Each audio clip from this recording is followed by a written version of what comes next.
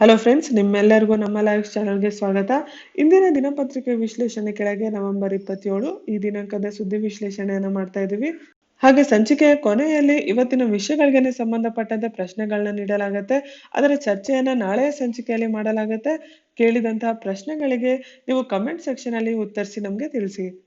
ಇವತ್ತಿನ ದಿನಪತ್ರಿಕೆ ವಿಶ್ಲೇಷಣೆಯಲ್ಲಿ ನಾವು ಚರ್ಚೆ ಮಾಡ್ತಾ ಇರುವಂತಹ ಮೊದಲನೇ article PM pitches for one nation one election.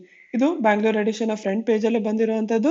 ಹಾಗೆ ಇದರ ಕಂಟಿನ್ಯೂಯೇಷನ್ ಅನ್ನ ನೀವು ಪೇಜ್ ನಂಬರ್ 8 ಅಲ್ಲಿ ನೋಡಬಹುದು. ಈ ಆರ್ಟಿಕಲ್ ನಿಮ್ಮ ಪ್ರಿಲಿಮ್ಸ್ ಹಾಗೂ ಮೇನ್ ಸಿಲೆಬಸ್ ಇಂಡಿಯನ್ ಪಾಲಿಟಿ, ಅದರ ಕೆಳಗೆ ಸಬ್ ಟಾಪಿಕ್ ಎಲೆಕ್ಷನ್ಸ್ ಕೆಳಗೆ ಬರುತ್ತೆ. ಇದರಲ್ಲಿ ಚರ್ಚೆ ಮಾಡ್ತಾ ಇರುವಂತದ್ದು ಒನ್ ನೇಷನ್ ಒನ್ ಎಲೆಕ್ಷನ್. ಪ್ರಸ್ತುತ ಭಾರತದಲ್ಲಿ ಬೇರೆ ಬೇರೆ ಕಡೆ ಬೇರೆ ಬೇರೆ ಎಲೆಕ್ಷನ್ಸ್ ನಡೀತಾ ಇರುತ್ತೆ.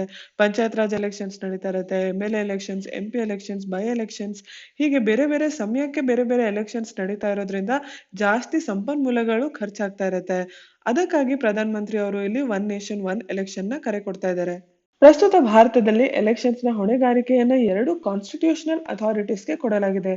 ಒಂದು ರಾಷ್ಟ್ರೀಯ ಮಟ್ಟದಲ್ಲಿ ಎಲೆಕ್ಷನ್ ಕಮಿಷನ್ ಆಫ್ ಇಂಡಿಯಾ, ಇನ್ನೊಂದು ರಾಜ್ಯಗಳ ಮಟ್ಟದಲ್ಲಿ state election commissions. Election commission of India president, vice president, parliament, state assembly ಹಾಗೂ ಲೆಜಿಸ್ಲೇಟಿವ್ ಕೌನ್ಸಿಲ್ಸ್ಗೆ ಎಲೆಕ್ಷನ್ ಅನ್ನ ನಡೆಸಿದ್ರೆ, ಸ್ಟೇಟ್ ಎಲೆಕ್ಷನ್ ಕಮಿಷನ್ಸ್ ಮುನಿಸಿಪಲ್ ಹಾಗೂ ಪಂಚಾಯತ್ ಎಲೆಕ್ಷನ್ಸ್ ನ ನಡೆಸುತ್ತೆ. ಈ ಎರಡೂ ಸಂಸ್ಥೆಗಳು ತಮ್ಮ ತಮ್ಮ ಎಲೆಕ್ಟೋರಲ್ ರೋಲ್ಸ್ ನ ಪ್ರಿಪೇರ್ ಮಾಡಬಹುದು. ಇವೆರಡು ಸಂಸ್ಥೆಗಳ ಮಧ್ಯೆ ಹಾಗಾಗಿ ಏನೂ ಸಹಕಾರದ ಅವಶ್ಯಕತೆ ಇಲ್ಲ. ಹಾಗಾಗಿ ಕೆಲವೊಂದು ರಾಜ್ಯಗಳು ಎಲೆಕ್ಷನ್ ಕಮಿಷನ್ ಆಫ್ ಇಂಡಿಯಾದ ಎಲೆಕ್ಟೋರಲ್ ರೋಲ್ಸ್ ನ ಉಪಯೋಗಿಸ್ಕೊಂಡ್ರೆ ಕೆಲವೊಂದು ರಾಜ್ಯಗಳು ಉಪಯೋಗಿಸ್ಕೊಳ್ಳೋದಿಲ್ಲ. ಲೋಕಸಭಾ ಹಾಗೂ ವಿಧಾನಸಭಾ ಎಲೆಕ್ಷನ್ಸ್ ಎರಡು ಎಲೆಕ್ಷನ್ ಕಮಿಷನ್ ಆಫ್ ಇಂಡಿಯಾನೇ ಕಂಡಕ್ಟ್ ಮಾಡಿದ್ರು ಬೇರೆ ಬೇರೆ ರಾಜ್ಯಗಳಲ್ಲಿ ಬೇರೆ ಬೇರೆ ಸಮಯಕ್ಕೆ ನಡೀತಾ ಇರುತ್ತೆ. ಹೀಗಾಗಿ ಅಭಿವೃದ್ಧಿ ಕೆಲಸಗಳ ಮೇಲೆ ಎಷ್ಟು ಕಾನ್ಸಂಟ್ರೇಟ್ ಮಾಡ್ಬೇಕಾಗತ್ತೆ ಅದಾಗಕ್ಕೆ ಸಾಧ್ಯ ಆಗಲ್ಲ. ಒಂದ್ ರೀತಿಯಲ್ಲಿ ಅದು ನಿಧಾನ ಆಗತ್ತೆ. ಈ ಕಾರಣಗಳಿಗಾಗಿ ಪ್ರಧಾನ ಮಂತ್ರಿ ಅವರು ಒನ್ ನೇಷನ್ ಒನ್ ಎಲೆಕ್ಷನ್ ನ ಕರೆ ಕೊಡ್ತಾ ಇದ್ದಾರೆ. ಹಾಗೆ ಸಿಂಗಲ್ ವೋಟರ್ ಲಿಸ್ಟ್ ಇರಬೇಕು ಅನ್ನೋದ್ರ ಬಗ್ಗೆ ಒತ್ತನ್ನು ಕೊಡ್ತಾ ಇದ್ದಾರೆ. ಈ ಒನ್ ನೇಷನ್ ಒನ್ ಎಲೆಕ್ಷನ್ ಇಂದ ಏನ್ ಉಪಯೋಗಗಳು? ಮೊದಲಿಗೆ ಸಾಕಷ್ಟು ಹಣ ಉಳಿಯುತ್ತೆ.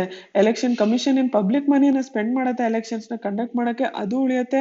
ಹಾಗೆ ಪಾರ್ಟಿ ಸೈಡ್ ಇಂದ ಏನ್ ಪೋಲ್ ಎಕ್ಸ್ಪೆನ್ಸಸ್ ಆಗುತ್ತೆ ಅದು ಕೂಡ ಉಳಿಯುತ್ತೆ.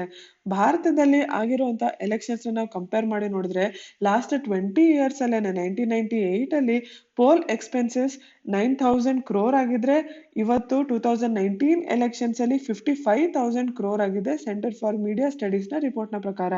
ಹಾಗೆ ಅಡ್ಮಿನಿಸ್ಟ್ರೇಟಿವ್ ಸೆಟಪ್ ಮೇಲೆ, ಬ್ಯೂರೋಕ್ರಸಿ ಮೇಲೆ ಎಲೆಕ್ಷನ್ಸ್ ನ ಕಂಡಕ್ಟ್ ಮಾಡೋ ಏನ್ ಪ್ರೆಷರ್ ಇರುತ್ತೆ ಅದು ಕಮ್ಮಿ ಆಗತ್ತೆ. ಸರಿಯಾದ ಸಮಯಕ್ಕೆ ಸರ್ಕಾರದ ನೀತಿಗಳನ್ನ ಅವರು ಇಂಪ್ಲಿಮೆಂಟ್ ಮಾಡಕ್ಕೆ ಆಗತ್ತೆ. ಪ್ರಸ್ತುತ ಏನಾಗ್ತಿದೆ ಅಂತಂದ್ರೆ ಒಂದು ಪೊಲಿಟಿಕಲ್ ಪಾರ್ಟಿ ಸರ್ಕಾರ ಬಂದ ನಂತರ ಅವರ ನೀತಿ ಏನಿರುತ್ತೆ ಅದನ್ನ ಸರಿಯಾಗಿ ಇಂಪ್ಲಿಮೆಂಟ್ ಮಾಡೋಕ್ಕಿಂತ ಭವಿಷ್ಯದಲ್ಲಿ ಇದು ಉಪಯೋಗ ಆಗುತ್ತೆ ಅನ್ನೋ ನೀತಿಯನ್ನ ಫಾಲೋ ಮಾಡೋಕ್ಕಿಂತ ಬೇರೆ ಬೇರೆ ರಾಜ್ಯಗಳಲ್ಲಿ ಬೇರೆ ಬೇರೆ ಎಲೆಕ್ಷನ್ಸ್ ಬೇರೆ ಬೇರೆ ಸಮಯಕ್ಕೆ ನಡೀತಾ ಇರೋದ್ರಿಂದ ಆ ಎಲೆಕ್ಷನ್ಸ್ ನ ದೃಷ್ಟಿಯಲ್ಲಿ ಇಟ್ಕೊಂಡು ಅದಕ್ಕೋಸ್ಕರ ಶಾರ್ಟ್ ಟರ್ಮ್ ಪೊಲಿಟಿಕಲ್ ಗೇನ್ಸ್ಗೆ ಒಂದು ಡಿಸಿಷನ್ ನ ತಗೊಳ್ಳೋ ರೀತಿಯಲ್ಲಿ ಆಗ್ತಾ ಇದೆ. ಇದ್ರ ಬದಲಾಗಿ 5 ವರ್ಷಕ್ಕೆ ಒಂದೇ ಸತಿ ಎಲೆಕ್ಷನ್ಸ್ ನಡೆದ್ರೆ ಪೊಲಿಟಿಕಲ್ ಪಾರ್ಟೀಸ್ಗೆ, ಎಲೆಕ್ಷನ್ ಕಮಿಷನ್ಗೆ, ಜನರಿಗೆ ಎಲ್ಲರಿಗೂ ಉಪಯೋಗ ಆಗುತ್ತೆ. ಹಾಗೂ ಸರ್ಕಾರಗಳಿಗೂ ಕೂಡ ಸರಿಯಾದ ನೀತಿಯನ್ನ ಫಾಲೋ ಮಾಡಕ್ಕಾಗತ್ತೆ, ಇಂಪ್ಲಿಮೆಂಟ್ ಮಾಡಕ್ಕಾಗತ್ತೆ. ಜನರಿಗೂ ಕೂಡ ಈ ಪೊಲಿಟಿಕಲ್ ಪಾರ್ಟಿ ಏನ್ ಪ್ರಾಮಿಸ್ ಮಾಡಿತ್ತು ಎಲೆಕ್ಷನ್ ಸಮಯದಲ್ಲಿ ಅದೇ ರೀತಿ ನಡ್ಕೊಂಡ್ರಾ, ಇಂಪ್ಲಿಮೆಂಟ್ ಮಾಡಿದ್ರಾ ಅಂತ ಜಡ್ಜ್ ಮಾಡಕ್ಕೆ ಸಾಧ್ಯ ಆಗತ್ತೆ. ಹೀಗೆ ಎಲೆಕ್ಷನ್ ಪ್ರೊಸೆಸ್ ಅನ್ನ ಇನ್ನು ಸಿಂಪ್ಲಿಫೈ ಮಾಡೋದಕ್ಕೆ, ಇನ್ನು ದಕ್ಷತೆಯನ್ನ ತಗೊಂಡ್ಬರೋದಕ್ಕೆ ಸರ್ಕಾರಗಳು ಡೆವಲಪ್ಮೆಂಟಲ್ ವರ್ಕ್ಸ್ ಮೇಲೆ, ಅಭಿವೃದ್ಧಿ ಮೇಲೆ ಜಾಸ್ತಿ ಒತ್ತನ್ನ ಕೊಡ್ಲಿ. ಅದಕ್ಕಾಗಿ ಒನ್ ನೇಷನ್ ಒನ್ ಎಲೆಕ್ಷನ್ ನ ಅವಶ್ಯಕತೆ ಇದೆ ಅಂತ ಪ್ರಧಾನ ಮಂತ್ರಿ ಅವರು ಕರೆಯನ್ನ ನೀಡ್ತಾ ಇದ್ದಾರೆ.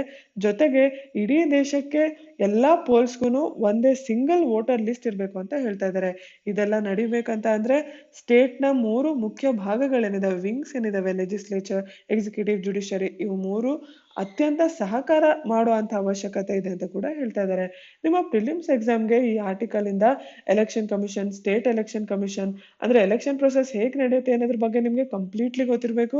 ಈ ಒನ್ ನೇಷನ್ ಒನ್ ಎಲೆಕ್ಷನ್ ಅನ್ನೋ ಕಾನ್ಸೆಪ್ಟ್ ಬಗ್ಗೆ ಚರ್ಚೆ ಕಳೆದ 2-3 ವರ್ಷಗಳಿಂದ ನಡೀತಾ ಇದೆ. ಹೀಗೆ ಮಾಡೋದ್ರಿಂದ ಏನ್ ಅಡ್ವಾಂಟೇಜ್ ಇದೆ, ಏನು ಡಿಸ್ಅಡ್ವಾಂಟೇಜ್ ಇದೆ, ಏನ್ ಚಾಲೆಂಜಸ್ ಇದೆ, ಸವಾಲ್ಗಳಿದೆ, ಇದೆಲ್ಲದ್ರ ಬಗ್ಗೆ ನಿಮ್ಮ ಮೇನ್ಸ್ ಪರೀಕ್ಷೆಗೆ ನಿಮ್ಗೆ ಗೊತ್ತಿರಬೇಕು. ಮುಂದೆ ಚರ್ಚೆ ಮಾಡ್ತಾ ಇರುವಂತ ಆರ್ಟಿಕಲ್ ನಿಮ್ಮ ಬ್ಯಾಂಗ್ಳೂರ್ ಎಡಿಷನ್ ನ ಪೇಜ್ ನಂಬರ್ 1 ಹಾಗೂ 8 ಅಲ್ಲಿ ಬಂದಿರುವಂತದ್ದು first wave of vaccination to cover 30 crore Indians. Corona virus ಹಾಗೂ COVID-19 ಗೆ ಸಂಬಂಧಪಟ್ಟಂತೆ ಬೇರೆ ಬೇರೆ ರೀತಿಯ ಕ್ವೆಶ್ಚನ್ಸ್ ಬೇರೆ ಬೇರೆ ಟಾಪಿಕ್ಸ್ ಕೆಳಗೆ ಬರುತ್ತೆ. ಈಗ ನಿಮ್ಮ ವಿಜ್ಞಾನ ಹಾಗೂ ತಂತ್ರಜ್ಞಾನ ಕೆಳಗೆ COVID-19 ಅಂದ್ರೆ ಏನು, ಕೊರೋನಾ ವೈರಸ್ ಅಂದ್ರೆ ಏನು, SARS-CoV-2 ಅಂದ್ರೆ ಏನು, ವ್ಯಾಕ್ಸಿನೇಷನ್ ಡೆವಲಪ್ಮೆಂಟ್ ಹೇಗೆ ಮಾಡ್ತಾ ಇದ್ದಾರೆ, ಹಾಗೆ ಟೆಸ್ಟಿಂಗ್ ಅಲ್ಲಿ ಹೇಗೆ ಬಯೋತಂತ್ರಜ್ಞಾನವನ್ನ ಬಳಸ್ತಾ ಇದ್ದಾರೆ, ಇದೆಲ್ಲ ವಿಜ್ಞಾನ ಹಾಗೂ ತಂತ್ರಜ್ಞಾನದ ಕೆಳಗೆ ಬರುತ್ತೆ. ಅದೇ ಕೋವಿಡ್-19 ಇಂದಾಗಿ ಆರ್ಥಿಕ ವ್ಯವಸ್ಥೆ ಮೇಲೆ ಏನ್ ಪರಿಣಾಮ ಬೀರಿದೆ, ಎಕನಾಮಿಕ್ ಆಕ್ಟಿವಿಟೀಸ್ ನಿಂತೋಗಿತ್ತು, ಲಾಕ್ಡೌನ್ ಆಗಿತ್ತು, ಸರ್ಕಾರ ಅದಕ್ಕಾಗಿ ಏನ್ ನೀತಿ ಮಾಡ್ತಾ ಇದೆ, ಅದರಿಂದಾಗಿ ಏನ್ ಪರಿಣಾಮ ಬೀಳ್ತಾ ಇದೆ, ಆರ್ಥಿಕ ವ್ಯವಸ್ಥೆ ಅದಕ್ಕೆ ರೆಸ್ಪಾಂಡ್ ಮಾಡ್ತಾ ಇದೆಯಾ, ಇದೆಲ್ಲ ನಿಮ್ಮ ಇಂಡಿಯನ್ ಎಕಾನಮಿ ಕೆಳಗೆ ಬರುತ್ತೆ. ಅದೇ ಸಾಮಾಜಿಕವಾಗಿ ನಾವು ಚರ್ಚೆ ಮಾಡಿದ್ವಿ, ಮಹಿಳೆಯರ ಮೇಲೆ ಡೊಮೆಸ್ಟಿಕ್ ವೈಲೆನ್ಸ್ ಕೇಸಸ್ ಲಾಕ್ಡೌನ್ ಅಲ್ಲಿ ಜಾಸ್ತಿ ಆಗಿತ್ತು ಅಂತ. ಸೊ ಜನರಲ್ ಸ್ಟಡೀಸ್ ಪೇಪರ್ 2 ಕೆಳಗೆ ಸಾಮಾಜಿಕ ಪರಿಣಾಮದ ಬಗ್ಗೆ ಬರುತ್ತೆ. ಹಾಗೇನೆ ಈ ಆರ್ಟಿಕಲ್ ಅಲ್ಲಿ ವ್ಯಾಕ್ಸಿನೇಷನ್ ನ ಯಾರಿಗೆ ಹೇಗ್ ಕೊಡ್ಬೇಕು ಅನ್ನೋದ್ರ ಬಗ್ಗೆ ಚರ್ಚೆ ಮಾಡ್ತಾ ಇದ್ದಾರೆ. ಇದು ನಿಮ್ಮ ಜನರಲ್ ಸ್ಟಡೀಸ್ ಪೇಪರ್ 2 ಗವರ್ನೆನ್ಸ್ ಕೆಳಗೆ ಬರುತ್ತೆ. ಮುಂದಿನ 5-6 ವಾರಗಳಲ್ಲಿ ವ್ಯಾಕ್ಸಿನೇಷನ್ ಬಂದ್ರೆ ಅದನ್ನ ಯಾರಿಗ್ ಕೊಡ್ಬೇಕು, ಹೇಗ್ ಕೊಡ್ಬೇಕು, ಅದ್ರ ಬಗ್ಗೆ ಒಂದು ಪ್ರಯಾರಿಟೈಸೇಷನ್ ಪಾಲಿಸಿ ಇರಬೇಕು, ಸರ್ಕಾರ ಅದನ್ನ ಪಬ್ಲಿಕ್ ಡೊಮೇನ್ಗೆ ಹಾಕ್ಬೇಕು ಅಂತ ಎಡಿಟೋರಿಯಲ್ ಅಲ್ಲಿ ಇತ್ತೀಚೆಗಷ್ಟೇ ನಾವು ಚರ್ಚೆ ಮಾಡ್ತಾ ಇದ್ವಿ. ಆ ಹಿನ್ನೆಲೆಯಲ್ಲೇನೆ ಈ ಆರ್ಟಿಕಲ್ ಕೂಡ ಇರುವಂತದ್ದು. ವ್ಯಾಕ್ಸಿನೇಷನ್ ಬಂದ್ಮೇಲೆ ಅದನ್ನ ಮೊದಲಿಗೆ ಯಾರ್ಯಾರಿಗೆ ಕೊಡ್ಬೇಕು ಅನ್ನೋದನ್ನ ಇಲ್ಲಿ ಚರ್ಚೆ ಮಾಡ್ತಾ ಇದ್ದಾರೆ. ಭಾರತದಲ್ಲಿ ಹೆಲ್ತ್ ವರ್ಕರ್ಸ್ ಏನೇ 1 ಕೋಟಿ ಜನ ಇದ್ದಾರೆ. ಅದನ್ನ ಬಿಟ್ಟು ಫ್ರಂಟ್ ಲೈನ್ ವರ್ಕರ್ಸ್ ಏನಿದ್ದಾರೆ, ಸ್ಟೇಟ್ ಹಾಗೂ ಸೆಂಟ್ರಲ್ ಪೊಲೀಸ್ ಅಲ್ಲಿ ಕೆಲಸ ಮಾಡ್ತಿರೋರು, ಹೋಮ್ ಗಾರ್ಡ್, ಸಿವಿಲ್ ಡಿಫೆನ್ಸ್, ಇವರೆಲ್ಲ 2 ಕೋಟಿ ಜನ ಇದ್ದಾರೆ. ಇವರೆಲ್ಲ ಕೋವಿಡ್-19 ವಿಷಯದಲ್ಲಿ ಮುಖ್ಯವಾಗಿ ಕೆಲಸ ಮಾಡ್ತಾ ಇರೋಂಥವ್ರು. ಇವರನ್ನ ಬಿಟ್ಟು ಜನರಲ್ ಪಾಪ್ಯುಲೇಷನ್ ಅಲ್ಲಿ ಪ್ರಯಾರಿಟಿ ಗ್ರೂಪ್ಸ್ ಅಂತ ಮಾಡಿದ್ದಾರೆ. ಪ್ರಯಾರಿಟಿ ಗ್ರೂಪ್ ಅಂತ ಅಂದ್ರೆ ಕೋವಿಡ್-19 ಇಂದಾಗಿ ಯಾರಿಗೆ ಜಾಸ್ತಿ ಪರಿಣಾಮ ಬೀಳುತ್ತೆ, 50 ವರ್ಷಕ್ಕಿಂತ ಜಾಸ್ತಿ ಆಗಿರುವಂತವ್ರು, ಯಾರಿಗೆ ಕೋಮಾರ್ಬಿಡಿಟೀಸ್ ಇದೆ. ಕೋಮಾರ್ಬಿಡಿಟೀಸ್ ಅಂದ್ರೆ ಈಗಾಗಲೇ ಹಾರ್ಟ್ ಡಿಸೀಸ್, ಡಯಾಬಿಟಿಸ್, BP ಈ ಎಲ್ಲಾ ಕಾಯಿಲೆ ಇರುವಂತವ್ರು. ಇವರನ್ನ ಬಿಟ್ಟು 1 ಕೋಟಿ ಜನ 50 ವರ್ಷಕ್ಕಿಂತ ಕಮ್ಮಿ ಹಾಗೂ ಕೋಮಾರ್ಬಿಡಿಟೀಸ್ ಇರೋರು ಇದ್ದಾರೆ. ಇಲ್ಲಿ ಒಟ್ಟಾರೆ ಇರುವಂತ 30 ಕೋಟಿ ಜನರೇನಿದ್ದಾರೆ ಇವ್ರನ್ನ ಪ್ರಯಾರಿಟೈಸ್ ಮಾಡಿ ಮೊದಲು ವ್ಯಾಕ್ಸಿನೇಷನ್ ಕೊಡಲಾಗುತ್ತೆ ಅಂತ ಇಲ್ಲಿ ಆರ್ಟಿಕಲ್ ಅಲ್ಲಿ ಹೇಳ್ತಾ ಇದ್ದಾರೆ. ಇವರೆಲ್ಲರ ನಂತರ ಮುಂದಿನ ವರ್ಷದ ಮಾರ್ಚ್ ಟು ಮೇ ಅಲ್ಲಿ ಸಾಕಷ್ಟು ವ್ಯಾಕ್ಸಿನೇಷನ್ ಅವೈಲಬಲ್ ಇರುತ್ತೆ. ಅವಾಗ ನ್ಯಾಷನಲ್ ಇಮ್ಯುನೈಸೇಷನ್ ಪ್ರೋಗ್ರಾಮ್ ಕೆಳಗೆ ಈ ವ್ಯಾಕ್ಸಿನೇಷನ್ ಪ್ರೋಗ್ರೆಸಿವ್ ಆಗಿ ರೋಲ್ ಔಟ್ ಮಾಡ್ತೀವಿ ಅಂತ ಇಲ್ಲಿ ಈ ಆರ್ಟಿಕಲ್ ಅಲ್ಲಿ ಹೇಳಿದ್ದಾರೆ. ವ್ಯಾಕ್ಸಿನೇಷನ್ ಬಂದ ತಕ್ಷಣ ಅದರ ಕಾರ್ಯಾಚರಣೆ ನೋಡ್ಕೊಳ್ಳೋದಕ್ಕೆ ಅಂತಾನೆ ರಾಜ್ಯ ಸರ್ಕಾರಗಳಿಗೆ steering committee, block wise task forces ನ ರೆಡಿ ಮಾಡ್ಕೊಳ್ಳೋದಕ್ಕೆ ಕೇಂದ್ರ ಸರ್ಕಾರ ಹೇಳಿತ್ತು. ಈ ಸ್ಟೀರಿಂಗ್ ಕಮಿಟಿ ಬಗ್ಗೆ 25 ನವೆಂಬರ್ ನ ನ್ಯೂಸ್ ಪೇಪರ್ ಅನಾಲಿಸಿಸ್ ಅಲ್ಲಿ ಭಗತ್ ಸಿಂಗ್ ತಿಲಕ್ ಅನ್ನೋರು ಒಂದು ಡೌಟ್ ಅನ್ನ ಕೇಳಿದ್ರು. ಈ ಸ್ಟೀರಿಂಗ್ ಕಮಿಟಿ ಅಂದ್ರೆ ಏನು, ಯಾವಾಗ ಇದನ್ನ ಸೆಟಪ್ ಮಾಡಲಾಗುತ್ತೆ ಅಂತ. ಕೋವಿಡ್-19 ವ್ಯಾಕ್ಸಿನೇಷನ್ ಬಂದ ನಂತರ ಹೇಗೆ ಎಲೆಕ್ಷನ್ಸ್ ಗೆ ತಯಾರಿ ಮಾಡ್ತಾ ಇದ್ರು, ಬೂತ್ ಲೆವೆಲ್ ಪ್ರಿಪರೇಷನ್ ಮಾಡ್ತಾ ಇದ್ರು, ಎಲೆಕ್ಷನ್ ಹೇಗೆ ಕಂಡಕ್ಟ್ ಮಾಡ್ಬೇಕು ಅಂತ ವರ್ಕರ್ಸ್ ನ ಟ್ರೈನ್ ಮಾಡ್ತಾ ಇದ್ರು, ಅದೇ ರೀತಿ ವ್ಯಾಕ್ಸಿನೇಷನ್ ಕೊಡೋದಕ್ಕೆ ಕೂಡ ಜನರನ್ನ ಟ್ರೈನ್ ಮಾಡ್ಬೇಕಾಗತ್ತೆ. ಅದಕ್ಕೆ ಒಂದು ವ್ಯವಸ್ಥಿತವಾದ ಕೆಲಸವನ್ನ ಮಾಡ್ಬೇಕಾಗತ್ತೆ ಜನರಿಗೆ ತಲುಪಿಸೋದಕ್ಕೆ ಅಂತ. ಯಾರಿಗೆ ತಲುಪಿಸ್ಬೇಕು ಅನ್ನೋದು ಸರ್ಕಾರ ತೀರ್ಮಾನ ಮಾಡುತ್ತೆ. ಹೇಗೆ ತಲುಪಿಸ್ಬೇಕು ಅನ್ನೋದನ್ನ ನಾವು ವ್ಯವಸ್ಥಿತವಾಗಿ ಮಾಡ್ಕೊಂಡು ಹೋಗ್ಬೇಕಾಗತ್ತೆ. ಹಾಗೆ ವ್ಯವಸ್ಥಿತವಾಗಿ ಇಂಪ್ಲಿಮೆಂಟ್ ಮಾಡೋದಕ್ಕೆ ಪ್ರೋಗ್ರೆಸ್ ಹೇಗಾಗ್ತಾ ಇದೆ ಅಂತ ನೋಡೋದಕ್ಕೆ ಚೀಫ್ ಮಿನಿಸ್ಟರ್ಸ್ ನ ಕೆಳಗೆ ಸ್ಟೀರಿಂಗ್ ಕಮಿಟಿಯನ್ನ ಫಾರ್ಮ್ ಮಾಡ್ಬೇಕು ಅಂತ ಪ್ರಧಾನ ಮಂತ್ರಿ ಅವರು ಹೇಳಿದ್ದಾರೆ. ಈ ಸ್ಟೀರಿಂಗ್ ಕಮಿಟಿ ಅನ್ನೋಂಥದ್ದು ಯಾವುದೇ ಪ್ರಾಜೆಕ್ಟ್ ನ ಪ್ರೋಗ್ರೆಸ್ ಅನ್ನ ನೋಡುತ್ತೆ, ಹೇಗ್ ನಡೀತಿದೆ ಅಂತ ನೋಡುತ್ತೆ, ಬೇಕಾದಾಗ ತನ್ನ ಸಹಾಯವನ್ನ ನೀಡುತ್ತೆ, ಸಪೋರ್ಟ್ ಕೊಡುತ್ತೆ, ಗೈಡೆನ್ಸ್ ಕೊಡುತ್ತೆ. ಈ ಕೋವಿಡ್-19 ವಿಷಯದಲ್ಲೂ ಕೂಡ ಸ್ಟೀರಿಂಗ್ ಕಮಿಟಿಯನ್ನ ಫಾರ್ಮ್ ಮಾಡ್ಬೇಕು ಅಂತ ಕೇಂದ್ರ ಸರ್ಕಾರ ಹೇಳಿದೆ. ಇದನ್ನ ಸದ್ಯದಲ್ಲೇ ಫಾರ್ಮ್ ಮಾಡ್ಬೇಕಾಗಿದೆ ರಾಜ್ಯ ಸರ್ಕಾರಗಳು. ನೀವು Bangalore edition page number 12 business page ಒಳಗೆ GDP ಕಾಂಟ್ರಾಕ್ಟೆಡ್ 10.7% ಇನ್ Q2 ಅನ್ನೋ ಆರ್ಟಿಕಲ್ ಅನ್ನ ನೀಡಿದ್ದಾರೆ. ನಮ್ಗೆಲ್ಲ ತಿಳಿದಿರೋ ಹಾಗೆ ಕೋವಿಡ್-19 ಸಾಂಕ್ರಾಮಿಕದಿಂದ ಏನ್ ಲಾಕ್ಡೌನ್ ಮಾಡ್ಬೇಕಾಯ್ತು, ಅದರಿಂದಾಗಿ ದೇಶದೊಳಗೆ ಎಲ್ಲಾ ಎಕನಾಮಿಕ್ ಆಕ್ಟಿವಿಟಿ ಸ್ಥಗಿತ ಆಗ್ಬಿಟ್ಟಿತ್ತು. ಆದ್ರಿಂದಾಗಿ ಈ ಫೈನಾನ್ಷಿಯಲ್ ಇಯರ್ ನ ಮೊದಲ ಕ್ವಾರ್ಟರ್ ಅಲ್ಲಿ, ಮೊದಲ 3 ತಿಂಗಳಲ್ಲಿ 23.9% ಅಷ್ಟು ನಮ್ಮ GDP ಕಾಂಟ್ರಾಕ್ಟ್ ಆಗಿತ್ತು. ಲಾಕ್ಡೌನ್ ನ ನಂತರ ಕೋವಿಡ್-9 ಸಾಂಕ್ರಾಮಿಕದ ಕೇಸಸ್ ಕಮ್ಮಿ ಆಗ್ತಾ ಎಕನಾಮಿಕ್ ಆಕ್ಟಿವಿಟೀಸ್ ಜಾಸ್ತಿ ಆಗ್ತಾ ಬರ್ತಾ ಇದಾವೆ ಗ್ರಾಜುಯಲಿ. ಆ ಹಿನ್ನೆಲೆಯಲ್ಲಿ ಮೊದಲು 12.5% ಅಷ್ಟು ಕಾಂಟ್ರಾಕ್ಟ್ ಆಗುತ್ತೆ ಸೆಕೆಂಡ್ ಕ್ವಾರ್ಟರ್ ಅಲ್ಲಿ ಅಂತ ಹೇಳಲಾಗಿತ್ತು.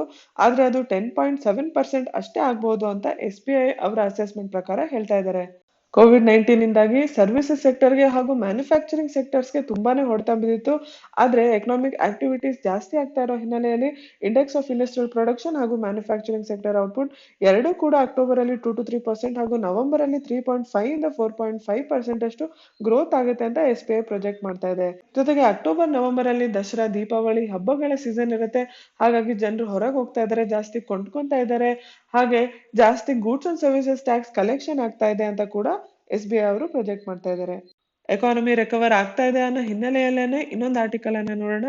ನಿಮ್ಮ ಪೇಜ್ ನಂಬರ್ 12 ಬಿಸ್ನೆಸ್ ಪೇಜ್ ಅಲ್ಲೇನೆ recoveries momentum is stronger than expected toss. ಹೇಗೆ ಭಾರತದಲ್ಲಿ ಎಕನಾಮಿಕ್ ಆಕ್ಟಿವಿಟೀಸ್ ಜಾಸ್ತಿ ಆಗ್ತಾ ಸೆಕೆಂಡ್ ಕ್ವಾರ್ಟರ್ ಅಲ್ಲಿ ಇನ್ನು ಬೇಗ ರಿಕವರಿಯನ್ನು ನೋಡ್ತಾ ಇದ್ದೀವಿ. ಹಾಗೆ ಅಂತಾರಾಷ್ಟ್ರೀಯ ಮಟ್ಟದಲ್ಲಿ ಕೂಡ ಎಕ್ಸ್ಪೆಕ್ಟ್ ಮಾಡೋದಕ್ಕಿಂತ ಬೇಗ ಎಕಾನಮಿ ರಿಕವರ್ ಆಗ್ತಾ ಇದೆ ಅಂತ ಇಲ್ಲಿ ದಾಸ್ ಅವರು ಹೇಳ್ತಾ ಇದ್ದಾರೆ. ಅಂತಾರಾಷ್ಟ್ರೀಯ ಮಟ್ಟದಲ್ಲಿ ಕೂಡ ಗ್ಲೋಬಲ್ ಗ್ರೋತ್ ಮೇಲೆ, ಅಭಿವೃದ್ಧಿ ಮೇಲೆ ಏನ್ ಪರಿಣಾಮ ಬೀಳುತ್ತೆ ಅಂತ IMF ಅಸೆಸ್ ಮಾಡಿತ್ತು. ಅದು ಕೂಡ ಸಿವಿಯರ್ ಕಾಂಟ್ರಾಕ್ಷನ್ ಎಷ್ಟು ಎಕ್ಸ್ಪೆಕ್ಟ್ ಮಾಡಿತ್ತು ಅದಕ್ಕಿಂತ ಕಮ್ಮಿ ಆಗ್ಬೋದು. ಹಾಗಾಗಿ ತನ್ನ ಅಸೆಸ್ಮೆಂಟ್ ಅನ್ನ ರಿವೈಸ್ ಮಾಡ್ತಾ ಇದೆ.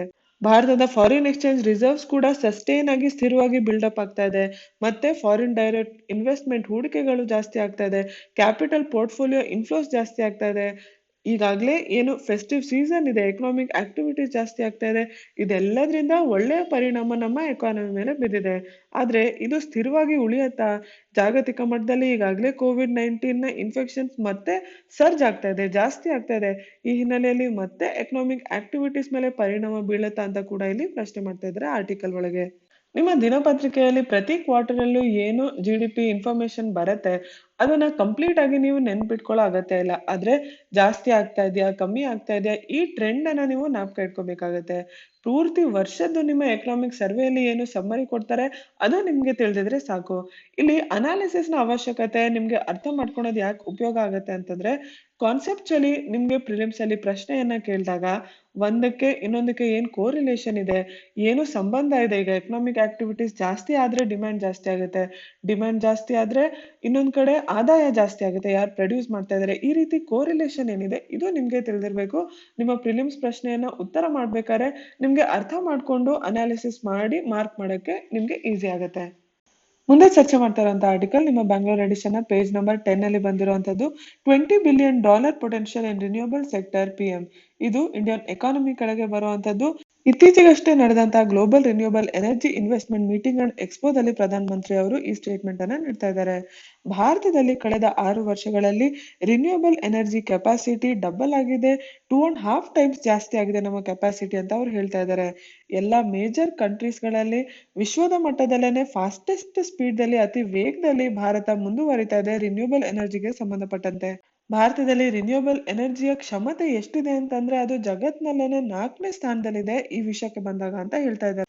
ಇವತ್ತು ಜಗತ್ತಿನ ಎಲ್ಲಾ ಸರ್ಕಾರಗಳಿಗೂ ದೇಶಗಳಿಗೂ ಕಾಡ್ತಿರುವಂತ ಸಮಸ್ಯೆ ಎನ್ವಿರಾನ್ಮೆಂಟ್ ವರ್ಸಸ್ ಡೆವಲಪ್ಮೆಂಟ್. ಆರ್ಥಿಕ ಅಭಿವೃದ್ಧಿ ಹೇಗಿರ್ಬೇಕು, ಅದಕ್ಕೋಸ್ಕರ ಅಂತ ನಾವು ಪರಿಸರ ಸಂರಕ್ಷಣೆಯನ್ನ ನೆಗ್ಲೆಕ್ಟ್ ಮಾಡಬಹುದಾ ಅಂತ.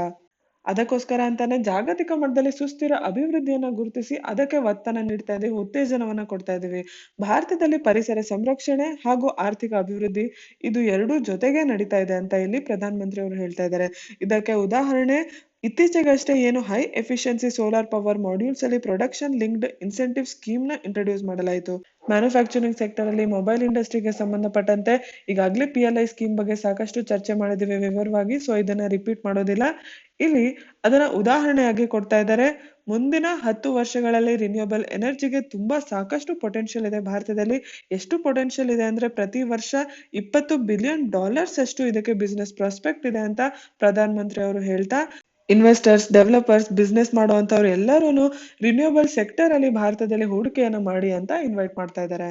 ಈ ಆರ್ಟಿಕಲ್ ಅಲ್ಲಿ ಏನ್ ಡೇಟಾ ಕೊಟ್ಟಿದ್ದಾರೆ ಈ ರೀತಿ ಮಾಹಿತಿ ಇವು ಕೀ ಪಾಯಿಂಟ್ಸ್ ಆಗುತ್ತೆ. ಇದನ್ನ ನೀವು ಮೇನ್ಸ್ ಆನ್ಸರ್ ರೈಟಿಂಗ್ ಅಲ್ಲಿ ಬಳಸ್ಕೋಬೇಕು. Sound environmental policies can also be sound economics. ಇದು ತುಂಬಾ ಇಂಪಾರ್ಟೆಂಟ್ ಆಗಿರುವಂತ ಒಂದು ಸ್ಟೇಟ್ಮೆಂಟ್.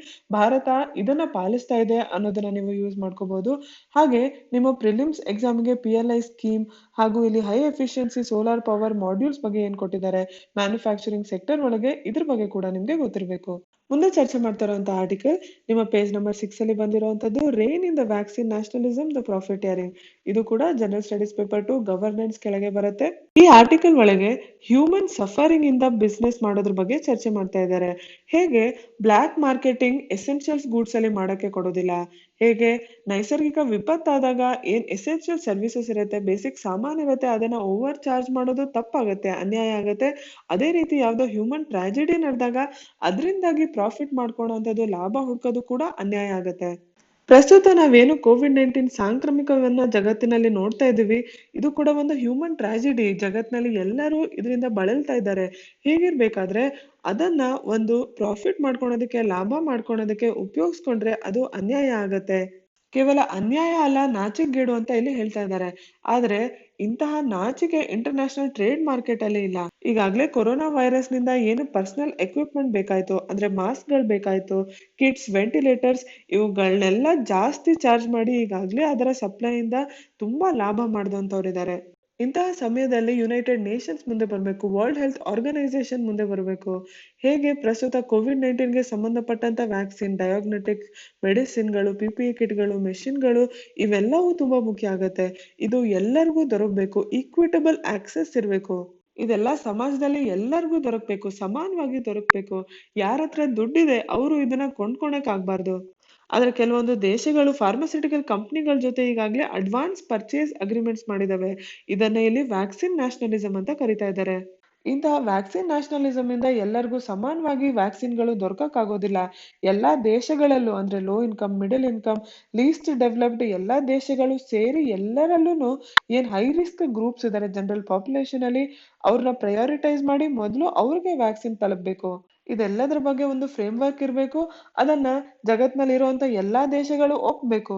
ಜಗತ್ತಿಗೆ ಕೋವಿಡ್-19 ಸಾಂಕ್ರಾಮಿಕ ಬರೋಕ್ಕಿಂತ ಮುಂಚೆ ಲೋ ಅಂಡ್ ಮಿಡಲ್ ಇನ್ಕಮ್ ಕಂಟ್ರೀಸ್ಗೆ ಎಲ್ಲಾ ದೇಶಗಳಿಗೂ ಲೈಫ್ ಸೇವಿಂಗ್ ವ್ಯಾಕ್ಸಿನ್ಸ್ ದೊರಕಬೇಕು, ಈಕ್ವಿಟಬಲ್ ಆಕ್ಸೆಸ್ ಇರಬೇಕು, ಸಪ್ಲೈ ಇರಬೇಕು ಅನ್ನೋ ಕಾರಣದಿಂದ global alliance for vaccine initiative Gavi ಅನ್ನೋದರ ರಚನೆ ಆಗಿತ್ತು. ಈ ಗಾವಿ ಹಾಗೂ ಕೋವ್ಯಾಕ್ಸ್ ಪಾರ್ಟ್ನರ್ಶಿಪ್ ಕೋವಿಡ್-19 ವ್ಯಾಕ್ಸಿನೇಷನ್ ಕೂಡ ಎಲ್ಲರಿಗೂ ಸಮಾನವಾಗಿ ದೊರಕಬೇಕು ಅನ್ನೋದನ್ನ ನೋಡ್ಕೋತಾ ಇದೆ. ಈ ವರ್ಷದ ಜೂನ್ ಅಲ್ಲೇನೆ ವರ್ಲ್ಡ್ ಹೆಲ್ತ್ ಆರ್ಗನೈಸೇಷನ್ ಎಲ್ಲ ಮೆಂಬರ್ ಕಂಟ್ರೀಸ್ಗೂ ಕೋವಿಡ್-19ಗೆ ಸಂಬಂಧಪಟ್ಟಂತ ತಂತ್ರಜ್ಞಾನವನ್ನ ಪಬ್ಲಿಕ್ ಗೂಡ್ ಅಂತ ಅನೌನ್ಸ್ ಮಾಡೋದಾಗಿ ಹೇಳ್ತು.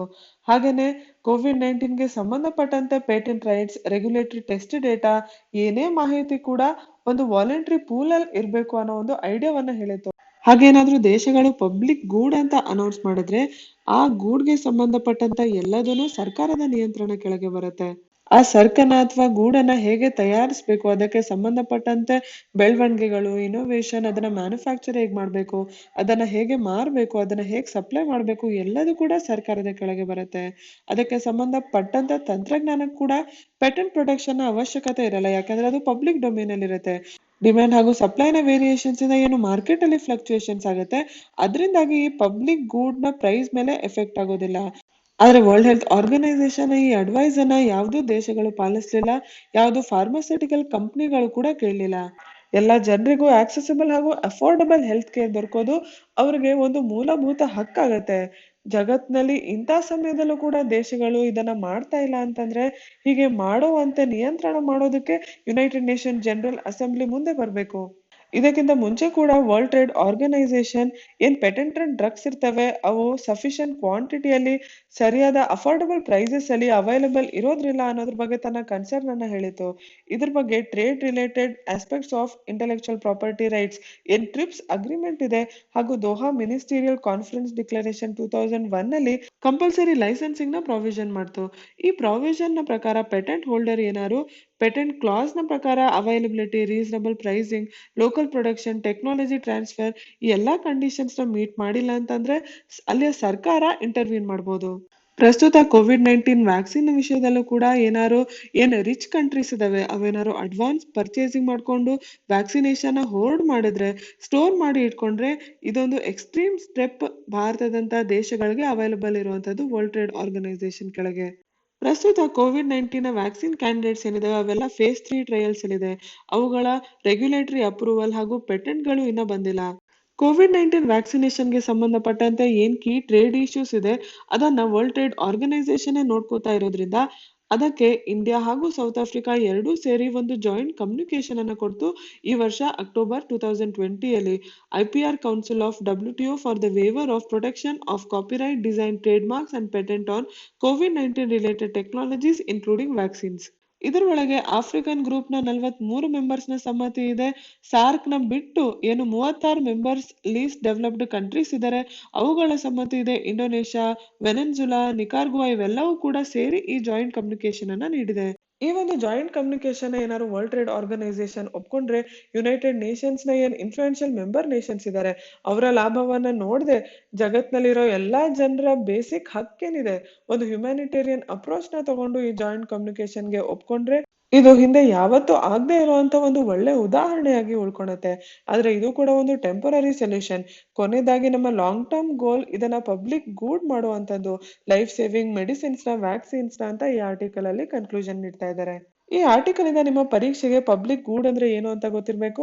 ಯುನೈಟೆಡ್ ನೇಷನ್ಸ್ ಹಾಗೂ ಮಲ್ಟಿಲ್ಯಾಟ್ರಲಿಸಂ ಇವೆರಡೂ ಸೇರಿದ್ರೆ ಜಗತ್ಗೆ ಎಷ್ಟು ಉಪಯೋಗ ಆಗ್ಬಹುದು ಅನ್ನೋಕೆ ಉದಾಹರಣೆಯನ್ನ ಇಲ್ಲಿ ಬರಿಬಹುದು.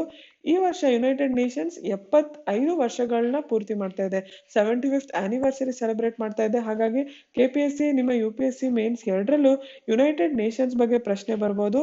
ಮಲ್ಟಿಲ್ಯಾಟ್ರಲಿಸಂ ಕೂಡ ತುಂಬಾ ಇಂಪಾರ್ಟೆಂಟ್ ಟಾಪಿಕ್. ಇವೆರಡೂ ಸೇರಿಸಿ ಈ ಆರ್ಟಿಕಲ್ ಅನ್ನ ನೀವು ಜ್ಞಾಪಕ ಇಟ್ಕೊಳ್ಳಿ ಉದಾಹರಣೆಯಾಗಿ. ಹಾಗೆ ಕೋವಿಡ್-19 ವಿಷಯ ಬಂದಾಗ ರಾಷ್ಟ್ರೀಯ ಮಟ್ಟದಲ್ಲಿ ನಾವು ಪ್ರಯಾರಿಟೈಸೇಷನ್ ಪಾಲಿಸಿ ಬಗ್ಗೆ ಚರ್ಚೆ ಮಾಡ್ತಾ ಇದ್ವಿ. ಅಂತಾರಾಷ್ಟ್ರೀಯ ಮಟ್ಟದಲ್ಲಿ ವ್ಯಾಕ್ಸಿನೇಷನ್ ಎಲ್ಲರಿಗೂ ದೊರಕಬೇಕಂದ್ರೆ ಅದರಲ್ಲಿ ವರ್ಲ್ಡ್ ಹೆಲ್ತ್ ಆರ್ಗನೈಸೇಷನ್ ನ ಏನ್ ಪಾತ್ರ, ವರ್ಲ್ಡ್ ಟ್ರೇಡ್ ಆರ್ಗನೈಸೇಷನ್ ನ ಏನ್ ಪಾತ್ರ, ಇದೆಲ್ಲದ್ರ ಬಗ್ಗೆ ನಿಮ್ಗೆ ಗೊತ್ತಿರಬೇಕು. ನಿನ್ನೆಯ ದಿನಪತ್ರಿಕೆಯಲ್ಲಿ ಸೈಕ್ಲೋನ್ ನಿವಾರ್ನ ಬಗ್ಗೆ ನಾವು ಜಾಗ್ರಫಿ ಪಾಯಿಂಟ್ ಆಫ್ ವ್ಯೂ ಇಂದ ತಿಳ್ಕೊಂಡ್ವಿ. ಇವತ್ತಿನ ಪೇಜ್ ನಂಬರ್ 6 ನ ಎಡಿಟೋರಿಯಲ್ ಸ್ಟಾರ್ಮ್ ವಾರ್ನಿಂಗ್ಸ್ ಅಲ್ಲಿ ಇಲ್ಲಿ ಗವರ್ನೆನ್ಸ್ ವಿಷಯವಾಗಿ ಚರ್ಚೆ ಮಾಡ್ತಾ ಇದ್ದಾರೆ. ಸೈಕ್ಲೋನ್ ನಿವಾರ್ನಿಂದಾಗಿ ಅಟ್ಲೀಸ್ಟ್ 3 ಜನ ಸಾವನ್ನಪ್ಪಿದ್ದಾರೆ. ಆದ್ರೆ ಎಷ್ಟು ಎಕ್ಸ್ಪೆಕ್ಟ್ ಮಾಡಲಾಗಿತ್ತು ಅದಕ್ಕಿಂತ ಕಮ್ಮಿ ಡ್ಯಾಮೇಜ್ ಆಗಿದೆ. ಜಾಸ್ತಿ ಪ್ರಾಪರ್ಟಿ ಹಾಗೂ ಅಗ್ರಿಕಲ್ಚರ್ಗೆ ಸಂಬಂಧಪಟ್ಟಂತೆ ಡ್ಯಾಮೇಜ್ ಆಗಿದೆ. ಆದ್ರೆ ಡಿಸಾಸ್ಟರ್ ಮ್ಯಾನೇಜ್ಗೆ ಸಂಬಂಧಪಟ್ಟಂತೆ ಕೆಲವೊಂದು ಒಳ್ಳೆಯ ಬೆಳವಣಿಗೆಗಳನ್ನ ನಾವು ಈ ವಿಷಯದಲ್ಲಿ ನೋಡಿದ್ವಿ. ಪೀರಿಯಾಡಿಕ್ ಅಲರ್ಟ್ಸ್ ಹಾಗೂ ವಾರ್ನಿಂಗ್ಗಳಿಗೆ ಒತ್ತನ್ನು ಕೊಡಲಾಯಿತು. ಪ್ರಸ್ತುತ ಮಲ್ಟಿಪಲ್ ಸ್ಯಾಟಲೈಟ್ಸ್ ಇಂದ ಇಂಡಿಯನ್ ಮೆಟ್ರೋಲಾಜಿಕಲ್ ಡಿಪಾರ್ಟ್ಮೆಂಟ್ಗೆ ಡೇಟಾ ಬರೋದ್ರಿಂದ ಬೇ ಆಫ್ ಬೆಂಗಾಲ್ ಅಲ್ಲಿ ಇರುವಂತ ಟ್ರಾಪಿಕಲ್ ಸೈಕ್ಲೋನ್ಸ್ ನ ಇನ್ನ ಬೆಟರ್ ಫೋರ್ಕಾಸ್ಟ್ ಮಾಡಕ್ಕೆ ಸಾಧ್ಯ ಆಗ್ತಾ ಇದೆ. ಈ ಫೋರ್ಕಾಸ್ಟ್ ನ ಮಾಹಿತಿ ಜೊತೆಗೆ ಡಿಸಾಸ್ಟರ್ ಮ್ಯಾನೇಜ್ಮೆಂಟ್ಗೆ ಏನ್ NDRF ಟೀಮ್ಗಳಿದಾವೆ, ನ್ಯಾಷನಲ್ ಡಿಸಾಸ್ಟರ್ ರೆಸ್ಪಾನ್ಸ್ ಫೋರ್ಸ್, ಇವುಗಳು ಕೂಡ ತಯಾರಾಗಿದ್ವು. ಹಾಗೆ ಬೇಕಾಗುವಂತ ಎಕ್ವಿಪ್ಮೆಂಟ್ಸ್ ಏನಿದಾವೆ ಇಂಥ ಸಮಯಗಳಲ್ಲಿ ಅದು ಕೂಡ ತಯಾರಾಗಿದ್ವು. ಇಷ್ಟೆಲ್ಲ ತಯಾರಿ ಇದ್ರು ಸಬರ್ಬನ್ ಚೆನ್ನೈಯಲ್ಲಿ ಏನು ಒಂದಿನದಲ್ಲೇನೆ ಪೀಕ್ ರೈನ್ಫಾಲ್ ಬಂತು. ಅದರಿಂದಾಗಿ ಸಾಕಷ್ಟು ಡಿಸ್ಟ್ರಕ್ಷನ್ ಆಗಿದೆ. ಸಣ್ಣ ಇನ್ಲ್ಯಾಂಡ್ ಟೌನ್ಸ್ ಏನಿದಾವೆ ಅವುಗಳಿಗೆ ಡ್ಯಾಮೇಜ್ ಆಗಿದೆ, ಸಿವಿಯರ್ ಲಾಸಸ್ ಆಗಿದೆ. ಆದ್ರೆ ಈ ಸ್ಥಿತಿಯನ್ನ ನಾವು ಒಂದು ಅವಕಾಶವನ್ನಾಗಿ ನೋಡ್ಬೇಕು. ಎಕ್ಸ್ಟ್ರೀಮ್ ಮಾನ್ಸೂನ್ ವೆದರ್ ಇಂದಾಗಿ ಏನ್ ಪರಿಣಾಮ ಬೀಳುತ್ತೆ ಅಂತ ತಿಳ್ಕೊಳ್ಳೋದಕ್ಕೆ ಪ್ರಯತ್ನ ಮಾಡ್ಬೇಕು. ತಮಿಳುನಾಡು ಸರ್ಕಾರ ಆಗ್ಲಿ ಅಪೋಸಿಷನ್ ಪಾರ್ಟಿ ಅವರಾಗ್ಲಿ ಇಬ್ರು ರಿಲೀಫ್ ಆಪರೇಷನ್ಸ್ ನ ಸರಿಯಾಗಿ ನಡೆಸಿದ್ರು ಕೂಡ ಒಂದು ಸಸ್ಟೈನಬಲ್ ಸೊಲ್ಯೂಷನ್ ಅವರು ತಗೊಂಡ್ ಬರ್ಬೇಕಾಗತ್ತೆ. ಚೆನ್ನೈನಂತಹ ಊರುಗಳಲ್ಲಿ ಮುಂಚೆ ಏನು ಫ್ಲಡ್ ಪ್ಲೇನ್ಸ್ ಇದ್ವು, ವೆಟ್ಲ್ಯಾಂಡ್ಸ್ ಇದ್ವು, ಲೇಕ್ಗಳಿದ್ವು, ಅವುಗಳ ಮೇಲೆ ಇವತ್ತು ಕಟ್ಟಿ ಕನ್ಸ್ಟ್ರಕ್ಷನ್ ಮಾಡಿ ಎನ್ಕ್ರೋಚ್ಮೆಂಟ್ ಆಗೋಗ್ಬಿಟ್ಟಿದೆ. ಅದರಿಂದಾಗಿ ಮಾನ್ಸೂನ್ ಫ್ಲಡಿಂಗ್ ಆಗ್ತಾ ಇರುವಂತದ್ದು ಇಷ್ಟೊಂದು. ಈ ರೀತಿ ಲ್ಯಾಂಡ್ ಗ್ರಾಬಿಂಗ್ ಹಾಗೂ ಎನ್ಕ್ರೋಚ್ಮೆಂಟ್ ಸಕ್ಸೆಸಿವ್ ಗವರ್ಮೆಂಟ್ಗಳು ಏನು ತಮಿಳುನಾಡು ಅಲ್ಲಿ ಇದ್ವು ಅವುಗಳ ಸಹಾಯದಿಂದಾನೇ ಆಗಿರುವಂತದ್ದು. ಚೆನ್ನೈನಲ್ಲಿ ಪ್ರತಿ ವರ್ಷ ಎಷ್ಟು ಫ್ಲಡಿಂಗ್ ಆಗ್ತಾ ಇದೆ, ಯಾವಾಗ ಪೀಕ್ ಆಗ್ತಾ ಇದೆ, ಎಲ್ಲಿಂದ ಆಗ್ತಾ ಇದೆ, ಇದ್ರ ಬಗ್ಗೆ ಎಲ್ಲ ಡೇಟಾವನ್ನ ಕಲೆಕ್ಟ್ ಮಾಡೋದಕ್ಕೆ ಪಬ್ಲಿಷ್ ಮಾಡ್ಕೊಳೋದಕ್ಕೆ ಸರ್ಕಾರ ಪ್ರಯತ್ನ ಮಾಡ್ತಾ ಇಲ್ಲ. ಒಂದ್ ಕಡೆ ಲ್ಯಾಂಡ್ ಯೂಸ್ ನಾರ್ಮ್ಸ್ ಏನಿರತ್ತೆ ಅವುಗಳನ್ನ ಸರಿಯಾಗಿ ಪಾಲಿಸ್ತಿಲ್ಲ. ಇನ್ನೊಂದ್ ಕಡೆ ಹೌಸಿಂಗ್ ಸೆಕ್ಟರ್ ಅಲ್ಲಿ ತುಂಬಾ ಜಾಸ್ತಿ ಪ್ರೈಸಸ್ ಇದೆ. ಇವೆರಡೂ ಸೇರಿ ಸಿವಿಕ್ ಇನ್ಫ್ರಾಸ್ಟ್ರಕ್ಚರ್ಗೆ ಏನು ಅಡಿಪಾಯದ ಅವಶ್ಯಕತೆ ಇದೆ ಅದೇ ಇಲ್ಲ ಚೆನ್ನೈನಲ್ಲಿ. ಹಾಗಾಗಿ ತಮಿಳುನಾಡು ಸರ್ಕಾರ ಮೊದಲು ಅರ್ಬನ್ ಪ್ಲಾನಿಂಗಿಗೆ ಒತ್ತನ್ನ ನೀಡಬೇಕು. ಅಲ್ಲಿ ಏನೇ ವೆದರ್ ಕಂಡೀಷನ್ಸ್ ಇದ್ರು ಅದರಿಂದ ಜನರ ಜೀವನದ ಮೇಲೆ ಪರಿಣಾಮ ಬೀಳದೇ ಇರೋ ತರ ಆಗೋ ತರ ಇನ್ವೆಸ್ಟ್ಮೆಂಟ್ ಮಾಡ್ಬೇಕು ಅಂತ ಇಲ್ಲಿ ಹೇಳ್ತಾ ಇದ್ದಾರೆ. ಈ ಆರ್ಟಿಕಲ್ ಅಲ್ಲಿ ಡಿಸಾಸ್ಟರ್ ಮ್ಯಾನೇಜ್ಮೆಂಟ್, ಡಿಸಾಸ್ಟರ್ ಪ್ರಿಪೇರ್ಡ್ನೆಸ್ ಬಗ್ಗೆ ಚರ್ಚೆ ಮಾಡ್ತಾ ಇದ್ದಾರೆ. ಚೆನ್ನೈ ತರಾನೇ ಇತ್ತೀಚಿನ ವರ್ಷಗಳಲ್ಲಿ ತುಂಬಾ ಅರ್ಬನ್ ಫ್ಲಡ್ಡಿಂಗ್ ಆಗ್ತಾ ಇದೆ. ಏನು ಅರ್ಬನ್ ಏರಿಯಾಗಳಲ್ಲಿ ಸರಿಯಾಗಿ ಕಟ್ಟಿರೋದಿಲ್ಲ. ಅಂದ್ರೆ ಮುಂಚೆ ವೆಟ್ಲ್ಯಾಂಡ್ಸ್ ಇರುತ್ತೆ, ಅಲ್ಲಿ ಕನ್ಸ್ಟ್ರಕ್ಷನ್ಸ್ ಮಾಡ್ಬಿಟ್ಟಿರ್ತಾರೆ. ಹಾಗಾಗಿ ಅರ್ಬನ್ ಫ್ಲಡ್ಡಿಂಗ್ಸ್ ಆಗ್ತಾ ಇದೆ. ಜನರ ಜೀವನದ ಮೇಲೆ ತುಂಬಾ ಪರಿಣಾಮ ಬೀಳ್ತಾ ಇದೆ. ಈ ಇರುವಂತ ಪರಿಸ್ಥಿತಿಯಲ್ಲಿ ಏನ್ ಮಾಡ್ಬೇಕು ಸರ್ಕಾರಗಳು ಅನ್ನೋದ್ರ ಬಗ್ಗೆ ಈ ಆರ್ಟಿಕಲ್ ಅಲ್ಲಿ ಚರ್ಚೆ ಮಾಡ್ತಾ ಇದ್ದಾರೆ. ಸರಿಯಾದ ಇನ್ಫ್ರಾಸ್ಟ್ರಕ್ಚರ್ ಬಗ್ಗೆ, ಹೀಗೆ ಸಿಚುವೇಶನ್ ಬಂದ್ರೆ ಹೇಗೆ ಪ್ರಿಪೇರ್ಡ್ನೆಸ್ ಇರಬೇಕು, ಡಿಸಾಸ್ಟರ್ ಮ್ಯಾನೇಜ್ಮೆಂಟ್ ಹೇಗಿರ್ಬೇಕು, ಇದೆಲ್ಲದ್ರ ಬಗ್ಗೆ ಈ ಆರ್ಟಿಕಲ್ ಅಲ್ಲಿ ಹೇಳ್ತಾ ಇದ್ದಾರೆ. ಈ ಎಲ್ಲ ಟಾಪಿಕ್ಸ್ ನಿಮ್ಮ ಮೇನ್ಸ್ ಎಕ್ಸಾಮ್ ಅಲ್ಲೂ ಕೂಡ ಸ್ಪೆಸಿಫಿಕ್ ಆಗಿ ಕೊಟ್ಟಿದ್ದಾರೆ. ಸೊ ಈ ಆರ್ಟಿಕಲ್ ಇಂದ ನೀವು ಬೇಕಾಗುವಂತ ಪಾಯಿಂಟ್ಸ್ ನ ನೋಟ್ ಮಾಡಿ ಇಟ್ಕೊಳ್ಳಿ. ಮುಂದೆ ಚರ್ಚೆ ಮಾಡ್ತಾ ಇರುವಂತಹ ಆರ್ಟಿಕಲ್ ನಿಮ್ಮ ಎಡಿಟೋರಿಯಲ್ ಕಾಲಮ್ ಪೇಜ್ ನಂಬರ್ 6 ಅಲ್ಲಿ ಬಂದಿರುವಂತದ್ದು ಪೊಲೀಸಿಂಗ್ ಫೇತ್. ಇದು ನಿಮ್ಮ general studies paper 1 Indian society ಕೆಳಗೆ ಬರುತ್ತೆ. ಈ ಆರ್ಟಿಕಲ್ ನಲ್ಲಿ ಏನು ಉತ್ತರ ಪ್ರದೇಶದಲ್ಲಿ ಆರ್ಡಿನೆನ್ಸ್ ನ ಮೂಲಕ ಅನ್ಲಾಫುಲ್ ರಿಲಿಜಿಯಸ್ ಕನ್ವರ್ಷನ್ಸ್ ನ ಪ್ರಾಹಿಬಿಟ್ ಮಾಡಬೇಕು ಅನ್ನೋ ಒಂದು ಪ್ರಯತ್ನ ನಡೀತಾ ಇದೆ. ಆ ಹಿನ್ನೆಲೆಯಲ್ಲಿ ಇಲ್ಲಿ ಚರ್ಚೆ ಮಾಡ್ತಾ ಇದ್ದಾರೆ. ಈ ಕಾನೂನು ಮಾಡೋದ್ರ ಮೂಲಕ ನೇರವಾಗಿ ಅಲ್ದಿದ್ರು ಕೂಡ ಒಂದ್ ರೀತಿಯಲ್ಲಿ ಇಂಟರ್ಫೇಸ್ ಮ್ಯಾರೇಜಸ್ ನ ಟಾರ್ಗೆಟ್ ಮಾಡ್ತಾ ಇದೆ. ಭಾರತದ ಸಂವಿಧಾನದ ಕೆಳಗೆ ಎಲ್ಲರಿಗೂ ಕೂಡ right to freedom of religion ಅನ್ನ ಆರ್ಟಿಕಲ್ 25 ಕೆಳಗೆ ಕೊಡಲಾಗಿದೆ. Freedom of conscience, right to freely profess, practice and propagate religion subject to public order and morality and health. ಸಾಮಾನ್ಯವಾಗಿ ರಾಜ್ಯಗಳಲ್ಲಿ ಎಲ್ಲಿ ಆಂಟಿ ಕನ್ವರ್ಷನ್ ಲಾಸ್ ಇದೆ ಅಲ್ಲಿ ರಿಲಿಜಿಯಸ್ ಕನ್ವರ್ಷನ್ ಏನು ಒತ್ತಾಯವಾಗಿ ಮಾಡಿದ್ರೆ ಫೋರ್ಸ್ ಇಂದ coercion ಇಂದ ಅಥವಾ ಮೋಸ ಮಾಡಿ ಅಂಡ್ಯೂ ಇನ್ಫ್ಲೂಯೆನ್ಸ್ ಅಲ್ಲಿ ಮಾಡಿದ್ರೆ ಅವಾಗ ಅದನ್ನ ಇಲ್ಲಿಗಲ್ ಅಂತ ಹೇಳಲಾಗುತ್ತೆ. ಆದ್ರೆ ಉತ್ತರ ಪ್ರದೇಶಲ್ಲಿ, ಹಿಮಾಚಲ್ ಪ್ರದೇಶ್ ಹಾಗೂ ಉತ್ತರಾಖಂಡ್ ಅಲ್ಲಿ ಹೇಗಿದೆ ಆ ರೀತಿ ಅಲ್ಯೂರಿಂಗ್ ಇಂಟು ಮ್ಯಾರೇಜ್ ಅನ್ನೋ ಒಂದು ಎಕ್ಸ್ಟ್ರಾ ಕಂಡೀಷನ್ ನ ಕೂಡ ಆಡ್ ಮಾಡಲಾಗಿದೆ. ಉತ್ತರ ಪ್ರದೇಶ್ ಪ್ರಪೋಸ್ ಮಾಡ್ತಾ ಇರುವಂತ ಈ ಹೊಸ ಕಾನೂನಿನ ಕೆಳಗೆ ಜನರಲ್ ಪಾಪ್ಯುಲೇಷನ್ ಕನ್ವರ್ಷನ್ಗೆ 1 to 5 years ಪ್ರಿಸನ್ ಟರ್ಮ್ ಇದ್ರೆ, ವಿಮೆನ್ ಹಾಗೂ SC ST ಮೆಂಬರ್ಸ್ಗೆ 3 to 5 years ಇದೆ. ಅದೇ ಮಾಸ್ ಕನ್ವರ್ಷನ್ ಮಾಡಿದ್ರೆ ಅದಕ್ಕೆ 10 ವರ್ಷದ ತನಕ 3 ರಿಂದ 10 ವರ್ಷದ ತನಕ ಜೈಲು ಶಿಕ್ಷೆ ಇದೆ. ಕನ್ವರ್ಷನ್ ನ ಬಗ್ಗೆ ಒಂದು ಪ್ರಯರ್ ಡಿಕ್ಲರೇಷನ್ ಪ್ರಾವಿಷನ್ ಕೂಡ ಇದೆ. ಈ ಎಲ್ಲ ರೆಕಮೆಂಡೇಶನ್ಸ್ ಗಳು ಕಳೆದ ವರ್ಷ ಉತ್ತರ ಪ್ರದೇಶ್ ಸ್ಟೇಟ್ ಲಾ ಕಮಿಷನ್ ಸಬ್ಮಿಟ್ ಮಾಡಿತು ತನ್ನ ರಿಪೋರ್ಟ್ ಅಲ್ಲಿ. ಅದೇ ರಿಪೋರ್ಟ್ ಅಲ್ಲಿ ಕೇವಲ ವಿವಾಹಕ್ಕಾಗಿ ಕನ್ವರ್ಷನ್ ಆದ್ರೆ ಅಂತ ಕನ್ವರ್ಷನ್ ಅನ್ನ ನಲ್ ಅಂಡ್ ವಾಯ್ಡ್ ಅಂತ ಹೇಳಿತ್ತು. ಅದೇ ಪ್ರಸ್ತುತ ಏನು UP ಸರ್ಕಾರ ತನ್ನ ಕಾನೂನಿನಲ್ಲಿ ಪ್ರಪೋಸ್ ಮಾಡಿದೆ ಆ ಆರ್ಡಿನೆನ್ಸ್ ನಲ್ಲಿ ಮ್ಯಾರೇಜಸ್ ನ ಇನ್ವ್ಯಾಲಿಡೇಷನ್ ಬಗ್ಗೆ ಹೇಳ್ತಾ ಇದೆ. ಅಂದ್ರೆ ಮದ್ವೆ ಮಾಡ್ಕೊಳ್ಳೋದಕ್ಕಾಗಿ ಏನ್ ಕನ್ವರ್ಷನ್ ಆಗಿರುತ್ತೆ, ಕೇವಲ ಕನ್ವರ್ಷನ್ ನಲ್ ಅಂಡ್ ವಾಯ್ಡ್ ಆಗಲ್ಲ, ಮ್ಯಾರೇಜ್ ಏನೇ ಇನ್ವ್ಯಾಲಿಡ್ ಆಗುತ್ತೆ ಈ ಹೊಸ ಪ್ರಪೋಸಲ್ ನ ಪ್ರಕಾರ. 1977 ಅಲ್ಲಿ ಸುಪ್ರೀಂ ಕೋರ್ಟ್ ನಮ್ಮ ಫ್ರೀಡಮ್ ಆಫ್ ರಿಲಿಜನ್ ಕೆಳಗೆ ಏನು ರೈಟ್ ಟು ಪ್ರೊವೋಕೇಟ್ ಇದೆ ಅದು ರೈಟ್ ಟು ಕನ್ವರ್ಟ್ ಅನ್ನ ಅಳವಡಿಸಿಲ್ಲ ಅಂತ ಹೇಳಿತು. ಆದ್ರೆ ಕನ್ವರ್ಷನ್ಸ್ ಬೈ ಮ್ಯಾರೇಜ್ ನ ಅದು ಬಾರ್ ಮಾಡಿರ್ಲಿಲ್ಲ. ಈಗಾಗ್ಲೇ ಸುಪ್ರೀಂ ಕೋರ್ಟ್ ರೈಟ್ ಟು ಪ್ರೈವಸಿಯನ್ನ ಮೂಲಭೂತ ಹಕ್ಕು ಅಂತ ಹೇಳಿದೆ. ಮ್ಯಾರೇಜ್ ಕೂಡ, ಒಂದು ಮದುವೆ ಕೂಡ ರೈಟ್ಸ್ ಆಫ್ ಪ್ರೈವಸಿ, ಒಬ್ಬರ ಚಾಯ್ಸ್ ಹಾಗೂ ಮ್ಯಾರೈಟಲ್ ಫ್ರೀಡಮ್ಗೆ ಸಂಬಂಧಪಟ್ಟಿದ್ದು. ನಮ್ಮ ಸಂವಿಧಾನದ ರೈಟ್ ಟು ರಿಲಿಜಿಯಸ್ ಫ್ರೀಡಮ್ಗೆ ಪಬ್ಲಿಕ್ ಆರ್ಡರ್ ನ ಲಿಮಿಟೇಷನ್ ಇತ್ತು.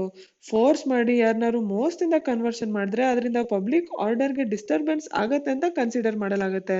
ಆದ್ರೆ ಇಂಟರ್ಫೇತ್ ಮ್ಯಾರೇಜಸ್ ಇಂದ ಈ ರೀತಿಯ ಯಾವ್ದು ಡಿಸ್ಟರ್ಬೆನ್ಸ್ ಆಗೋದಿಲ್ಲ ಪಬ್ಲಿಕ್ ಆರ್ಡರ್ಗೆ. ಹಾಗಾಗಿ ಹಿಮಾಚಲ್ ಪ್ರದೇಶ್, ಉತ್ತರಾಖಂಡ್ ಹಾಗೂ ಪ್ರಸ್ತುತ UPಯಲ್ಲಿ ಏನ್ ಲಾ ನ ಪ್ರಪೋಸ್ ಮಾಡ್ತಾ ಇದ್ದಾರೆ ಇದು ಜುಡಿಷಿಯಲ್ ಸ್ಕ್ರೂಟಿನಿನ ಸರ್ವೈವ್ ಮಾಡ್ಲಿಕ್ಕಿಲ್ಲ ಅಂತ ಈ ಆರ್ಟಿಕಲ್ ಅಲ್ಲಿ ಹೇಳ್ತಾ ಇದ್ದಾರೆ. ಇಂತಹ ಜುಡಿಷಿಯಲ್ ಸ್ಕ್ರೂಟಿನಿಯಿಂದ ತಪ್ಪಿಸ್ಕೊಳ್ಳೋದಕ್ಕೆ UP ಆರ್ಡಿನೆನ್ಸ್ ನಲ್ಲಿ ಅಲ್ಯೂರ್ಮೆಂಟ್ ಬೈ ಮ್ಯಾರೇಜ್ ಅಂತ ಟರ್ಮ್ ಅನ್ನ ಯೂಸ್ ಮಾಡಿದ್ದಾರೆ. ಆದ್ರೆ ಇಂಥ ಟರ್ಮ್ ಇಂದಾಗಿ ಸಾಕಷ್ಟು ದುರುಪಯೋಗ ಕೂಡ ಆಗಬಹುದು. ಅದ್ರ ಜೊತೆಗೆ ನಾವ್ ಈಗಾಗಲೇ ಚರ್ಚೆ ಮಾಡ್ದಂಗೆ ಪ್ರಯರ್ ಇಂಟೆಂಟ್ ನ ಡಿಕ್ಲೇರ್ ಮಾಡಬೇಕು ಕಡ್ಡಾಯವಾಗಿ ಅಂತ ಹೊಸ UP ಆರ್ಡಿನೆನ್ಸ್ ನ ಕೆಳಗೆ ಹೇಳಿದ್ದಾರೆ. ಈ ರೀತಿಯ ಒಂದು ಕಾನೂನು ಹಿಮಾಚಲ್ ಪ್ರದೇಶಲ್ಲಿ ಕೂಡ ಇತ್ತು. ಅದನ್ನ ಹಿಮಾಚಲ್ ಪ್ರದೇಶ್ ಹೈಕೋರ್ಟ್ 2012 ಅಲ್ಲಿ ಸ್ಟ್ರೈಕ್ ಡೌನ್ ಮಾಡ್ತು. ಅದಕ್ಕೆ ಕಾರಣ ಪ್ರತಿಯೊಬ್ಬನಿಗೂ ಕೂಡ ತನ್ನ ಬಿಲೀಫ್ಸ್ ಅನ್ನ, ತನ್ನ ಫೇತ್ ಅನ್ನ ಸೀಕ್ರೆಟ್ ಇಟ್ಕೊಳ್ಳೋ ಅಂತ ಒಂದು ಹಕ್ಕಿದೆ ಅಂತ. ಇಷ್ಟೆಲ್ಲ ಇದ್ರೂ ಕೂಡ ಬೇರೆ ರಾಜ್ಯಗಳು ಕೂಡ UP ಅಂತೆಯೇ ಇಂಟರ್ ಮ್ಯಾರೇಜಸ್ ನ ವಿರುದ್ಧ ಈ ರೀತಿ ಕಾನೂನು ಮಾಡಕ್ಕೆ ಪ್ರಯತ್ನ ಮಾಡ್ತಾ ಇದೆ ಅನ್ನೋದು ತುಂಬಾ ಚಿಂತಾಜನಕವಾಗಿರೋದು ಅಂತ ಈ ಆರ್ಟಿಕಲ್ ಅಲ್ಲಿ ಚರ್ಚೆ ಮಾಡ್ತಾ ಇದ್ದಾರೆ. ನಿಮ್ಮ ಪರೀಕ್ಷೆಗೆ ಈ ಆರ್ಟಿಕಲ್ ನಿಂದಾಗಿ ನಿಮ್ಗೆ ಸ್ಪಷ್ಟತೆಯಿಂದ right to freedom of religion ಬಗ್ಗೆ ಗೊತ್ತಿರಬೇಕು, ಅದರಲ್ಲಿ ಏನೇನ್ ಲಿಮಿಟೇಷನ್ಸ್ ಇದೆ ಅದೆಲ್ಲದ್ರ ಬಗ್ಗೆ ಗೊತ್ತಿರಬೇಕು, ಹಾಗೂ ಸುಪ್ರೀಂ ಕೋರ್ಟ್ ನ ಅಥವಾ ಬೇರೆ ಕೋರ್ಟ್ಸ್ ನ ಏನ್ ಜಡ್ಜ್ಮೆಂಟ್ಸ್ ಇದೆ ಈ ವಿಷಯವಾಗಿ ಇದ್ರ ಬಗ್ಗೆ ಕೂಡ ಸ್ಪಷ್ಟತೆಯಿಂದ ಗೊತ್ತಿರಬೇಕು. ಈ ಆರ್ಟಿಕಲ್ ನಿಮ್ಗೆ ಇಂಡಿಯನ್ ಸೊಸೈಟಿ ಟಾಪಿಕ್ ಕೆಳಗೂ ಬರುತ್ತೆ, ಹಾಗೆ ಇಂಡಿಯನ್ ಪಾಲಿಟಿ ಕಾನ್ಸ್ಟಿಟ್ಯೂಷನ್ ಕೆಳಗೂ ಬರುತ್ತೆ, ಗವರ್ನೆನ್ಸ್ ಕೆಳಗೂ ಬರುತ್ತೆ. ಇವತ್ತಿನ ಸಂಚಿಕೆಯ ಪ್ರಶ್ನೆಗಳು ಹೀಗಿದೆ. Which of the following statements is not correct about the election commission? A. Article 324 of the Constitution envisages the provisions relating to the election commission. It is responsible for conducting the elections of president and vice president. It is responsible for conducting elections for municipal corporations and panchayati raj. D. None of the above. ಇವತ್ತಿನ ಸಂಚಿಕೆಯ ಎರಡನೇ ಪ್ರಶ್ನೆ, which of the following has the most weight in the index of industrial production? Steel, electricity, refinery products, coal. ಇವತ್ತಿನ ಸಂಚಿಕೆಯಲ್ಲಿ ಸಾಕಷ್ಟು important articles ಅನ್ನ, ಮುಖ್ಯ ವಿಷಯಗಳನ್ನ ಚರ್ಚೆ ಮಾಡಿದ್ವಿ. ಎಲ್ಲವೂ ನಿಮ್ಗೆ ಸ್ಪಷ್ಟವಾಗಿ ತಿಳಿದಿದೆ ಅಂತ ಅನ್ಕೊಂಡಿದೀನಿ. ಇನ್ನೂ ಏನಾದ್ರು ಡೌಟ್ ಇದ್ರೆ ಕಮೆಂಟ್ ಸೆಕ್ಷನ್ ಅಲ್ಲಿ ಕೇಳಿ. ನಮ್ಮ ಚಾನೆಲ್ನ ಸಬ್ಸ್ಕ್ರೈಬ್ ಮಾಡಿ, ಈ ವಿಡಿಯೋನ ಲೈಕ್ ಹಾಗೂ ಕಮೆಂಟ್ ಮಾಡಿ. ಧನ್ಯವಾದಗಳು.